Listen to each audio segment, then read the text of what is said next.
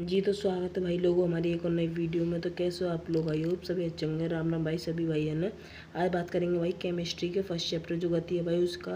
गति नहीं, केमिस्ट्री का फर्स्ट चैप्टर हमारे आसपास के पदार्थ। हाँ उनके बारे में। एक सेकंड भाई लाइट जला लूँ, साफ दिखेगा। हाँ भाई अब साफ दिख रहा होगा। हाँ अब बात करेंगे भाई हम। एक सेकंड। ये मेथड की अवस्था परिवर्तन की विधियाँ यानी प्रक्रिया। Method process of state change of matter. आवाज़ आ रही है ना भाई? इसका पॉइंट है किसी भी पदार्थ की अवस्था परिवर्तन में तापमान वृद्धि या तापमान में कमी या गिरावट की मुख्य भूमिका रहती है। एक सेकंड भाई। हाँ भाई तो अब बात करेंगे पदार्थ की अवस्था परिवर्तन निम्न विधियों के द्वारा अध्ययन करेंगे अथवा सीखेंगे। तो भाई इसके 6 प्रकार हैं। फर्स्ट है जमना यानी कि फ्रीजिंग। सेकंड संगलन यानी कि पिघलना, इसे हम मेल्टिंग मतलब संगलन बोल सकते हो, पिघलना बोल सकते हो या मेल्टिंग। एक सेकंड पेज। तब भाई ये रहा।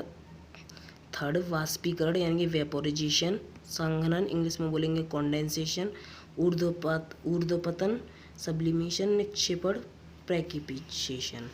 इसका भाई ये डायग्राम है। अब ये जमना यानी कि फ्रीजिंग। इस प्रक्रिया के द्वारा किसी भी द्रव पदार्थ को ठोस अवस्था में परिवर्तित किया जाता है। ठीक है, इसका एक पॉइंट है इस प्रक्रिया को पूर्ण करने के लिए निम्न तापमान की आवश्यकता होती है। ठीक है, और एक और भाई प्रत्येक भिन्न पदार्थ एक निश्चित कम तापमान पर ही ठोस अवस्था में बदलता है, जिसे हिमांक बिंदु यानी कि फ्रीजिंग पॉइंट कहते हैं। तो भाई ये 2 पदार्थ हैं, इनके 2 हिमांक बिंदु। पदार्थ जल, इसका हिमांक बिंदु 0 डिग्री सेल्सियस। घी, इसका हिमांक बिंदु 15 डिग्री सेल्सियस है ना। अब एक सेकंड पेज पलट। तो भाई पेज पलटाने पे ये संगलन यानी कि पिघलना मेल्टिंग पॉइंट। इसका पॉइंट है संगलन प्रक्रिया के द्वारा किसी भी ठोस अवस्था वाले पदार्थों को द्रव अवस्था में परिवर्तित किया जाता है। एक और पॉइंट, इस प्रक्रिया में तापमान देने की आवश्यकता होती है, जिसे तापमान पर कोई ठोस पिघलता है गलनांक बिंदु कहते हैं। जल का गलनांक बिंदु 1 डिग्री सेल्सियस है। भिन्न भिन्न ठोस पदार्थों का गलनांक बिंदु भिन्न भिन्न होता है। अब बात करेंगे वाष्पीकरण यानी कि वेपोराइजेशन।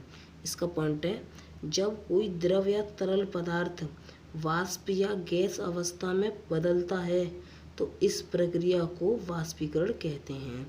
इस प्रक्रिया में उच्च तापमान की अवस्था है। जिस निश्चित ताप पर जो तरल यानी द्रव यानी लिक्विड पदार्थ वाष्प या गैस में बदलता है उसे वाष्पीकरण यानी कथनांक बिंदु बॉइलिंग पॉइंट टी नहीं लगाया इसमें, बॉइलिंग पॉइंट कहते हैं। उदाहरण जल का कथनांक बिंदु, ये भाई मतलब जल को हम इस प्रकार, ये इसका डायग्राम है। ठीक है, अगला पेज पलट लें। इसका एक और पॉइंट है भाई भिन्न भिन्न तरल पदार्थों का कथनांक बिंदु भिन्न भिन्न होता है। अब बात करेंगे संघनन। ठीक है, संघनन के बाद 2 और हैं बस। ठीक है, जब कोई गैसीय पदार्थ दबाव के कारण पुनः द्रव अवस्था में बदल जाता है तो इस प्रक्रिया को संघनन कहते हैं। भाई ये देखो इसका डायग्राम है, इसे भाई जरा याद रखना। संघनन की प्रक्रिया वाष्पीकरण प्रक्रिया के विपरीत होती है। ठीक है, अब बात करेंगे ऊर्ध्वपातन। इसके बाद भाई एक और बस है ना। कुछ ऐसे विशिष्ट पदार्थ होते हैं जो तापमान देने पर सीधे ठोस से गैस में परिवर्तित हो जाते हैं। ऐसे पदार्थों को ऊर्ध्वपातज कहते हैं तथा इस प्रक्रिया को ऊर्ध्वपातन कहते हैं। याद रखना भाई, इस जो काम हो रहा है ऊर्ध्वपातज कहते हैं इसे, लेकिन इस प्रक्रिया को कहते हैं ऊर्ध्वपातन।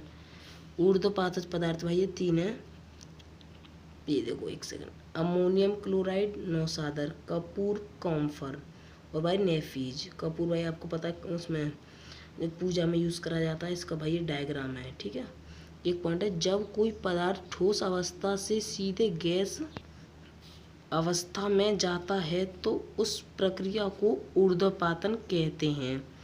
ठीक है भाई, ये इसका देखो डायग्राम है, ध्यान से देखो इसे। भाई ये निक्षेपण, ऐसे पदार्थ जो गैस अवस्था से सीधे